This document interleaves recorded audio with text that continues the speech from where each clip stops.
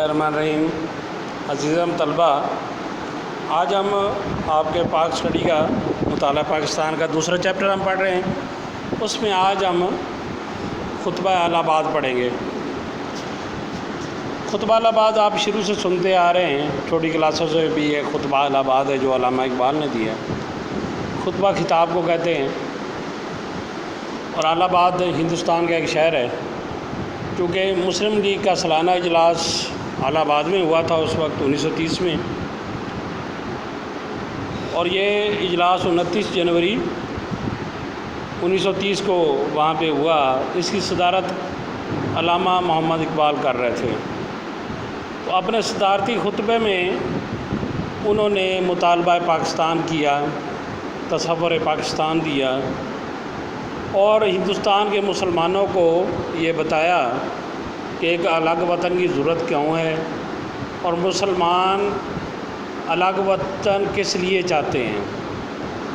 शायद यही कहा जाता है जी कि यही वो बात थी, यही से वो सोच शुरू हुई, यहीं से वो बात शुरू हुई जिसको हम आगे चल के तहरीक पाकिस्तान कहते हैं।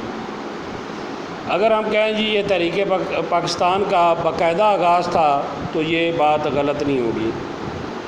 इसमें स्पेसिफ़िकली पॉइंट करके और दलाइल दे के अल्लामा इकबाल ने ये साबित करने की कोशिश की कि हिंदुस्तान में हिंदुस्तान के मुसलमानों को एक अलग वतन की ज़रूरत क्यों है। हम पहले उनके अल्फाज पढ़ लेते हैं, साथ में समझाऊंगा कि इसका मतलब क्या है। अल्लामा इकबाल ने फरमाया कि मेरी ख्वाहिश है कि पंजाब, सराद, सिंध और बलूचिस्तान को मिलाकर एक रियासत बना दी जाए। यानी ये वो सूबे हैं जहाँ पे मुसलमानों की अक्सरियत है, वहाँ पे जहाँ पे हिंदुओं की अक्सरियत है वहाँ पे बेशक मुसलमान भी रहते थे, लेकिन अल्लामा इकबाल ने उनका नहीं कहा जी कि ये भी पाकिस्तान में बना दिया जाए। और यहाँ पे पाकिस्तान का जिक्र भी नहीं है, क्योंकि पाकिस्तान का नाम 1933 में सामने आया।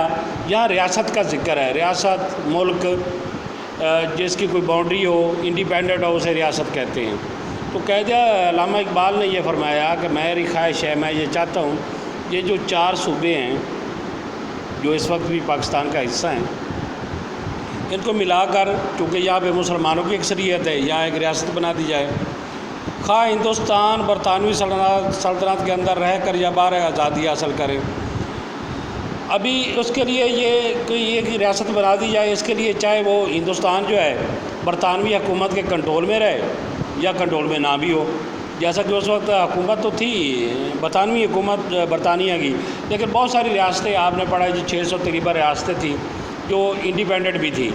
उन पे कंट्रोल तो बरतानिया का था, लेकिन वो अपने मामलात में इंडिपेंडेंट थी। तो अगर कोई हिंदुस्तान आज़ादी हासिल करना चाहता है, मुकम्मल आज़ादी होती है या मुकम्मल आज़ादी नहीं होती, फिर भी ये रियासत अलग बना दी जाए।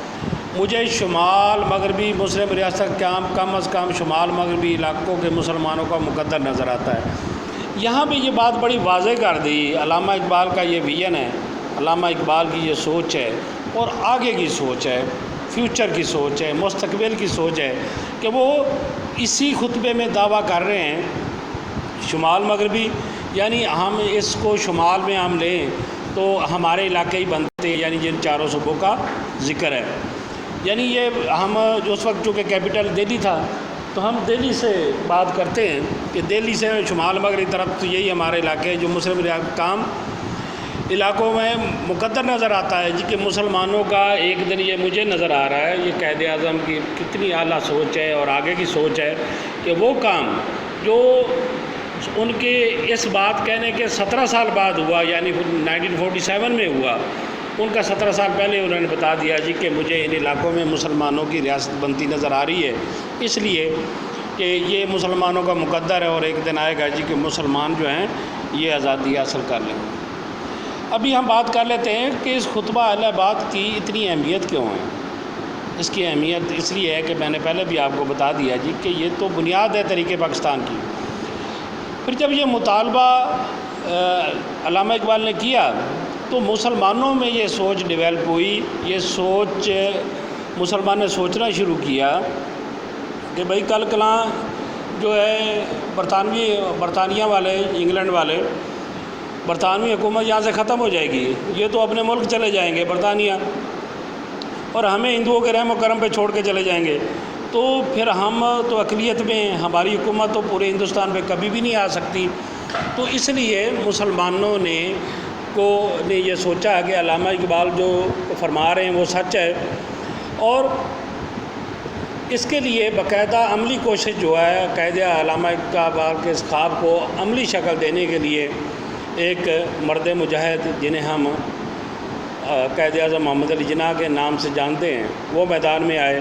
اللہ تعالیٰ نے انہیں توفیق دی، اللہ تعالیٰ نے انہیں حوصلہ دیا، اللہ تعالیٰ نے انہیں ہمت دی، اور انہوں نے علامہ اقبال کے اس خواب کو پورا کیا۔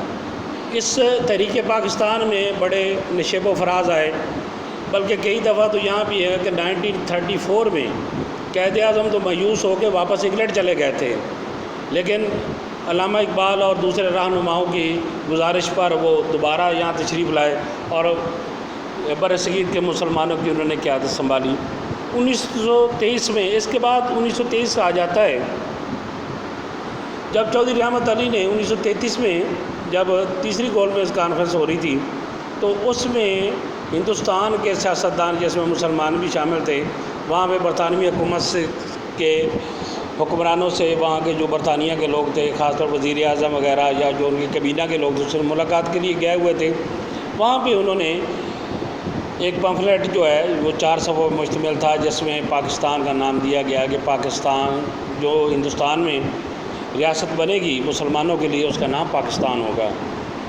تو ہم یہ کہہ سکتے ہیں اس بارے پہ کہ 1934 میں دوبارہ قائد اعظم نے مسلم لیگ، جو کہ بالکل ایک جماعت بیٹھ گئی تھی، ختم ہو گئی تھی جماعت، اسے دوبارہ فعال کیا، ایکٹیو کیا، اور پھر مسلمانوں کے لیے الگ وطن کا خواب جو ہے شرمندہ طبیعت 14 اگست 1947 کو ہوا۔ اس میں ہم مختلف ٹاپک میں پڑھتے رہیں گے، لیکن یہاں خطبہ الہ آباد کی بات میں دوبارہ پھر کروں گا کہ علامہ اقبال کے اس مستقبل کے سوچ کو ہم خراج تحسین ہی پیش کر سکتے ہیں کہ شاید ہم کہہ سکتے ہیں جی کہ علامہ اقبال نے یہ تصور نہ دیا ہوتا تو شاید اس طرح مسلمان سوچتے ہی نہ۔ بچوں، یہ بات طے ہے کہ جب تک انسان کو کسی چیز کی ضرورت نہیں ہوتی اس کے بارے میں سوچتا ہی نہیں ہے۔ تو مسلمانوں کی جب آزادی ختم ہوئی، پھر ہی مسلمانوں نے سوچنا شروع کیا جی کہ ہمیں آزادی چاہیے۔ تو بچوں، اس خطبہ الہ آباد کو اچھے طریقے سے یاد کیجیے گا۔ یہ آپ کے جو اس وقت جو آنے والے دنوں میں آپ کے لیے حکومت پنجاب جو ہے وہ شارٹ سلیبس جو ہے ڈیزائن کر رہی ہے، یہ خطبہ الہ آباد اس کا حصہ ہے۔ آپ یقین رکھیے گا کہ 90% یہی ہوگا، لیکن اس میں اگر یہ فائنل نہیں ہے، جو ہی اس میں تبدیلی آئی آپ کو بھی پتہ چل جائے گا اور اسکول کی طرف سے بھی آپ کو انفارم کر دیا جائے گا، لیکن بہرحال خطبہ الہ آباد بھی اس سلیبس کا حصہ ہے۔ اپنے گھر والوں کا خیال رکھیے گا۔ اپنی آپ کی سماعتوں کا بہت بہت شکریہ۔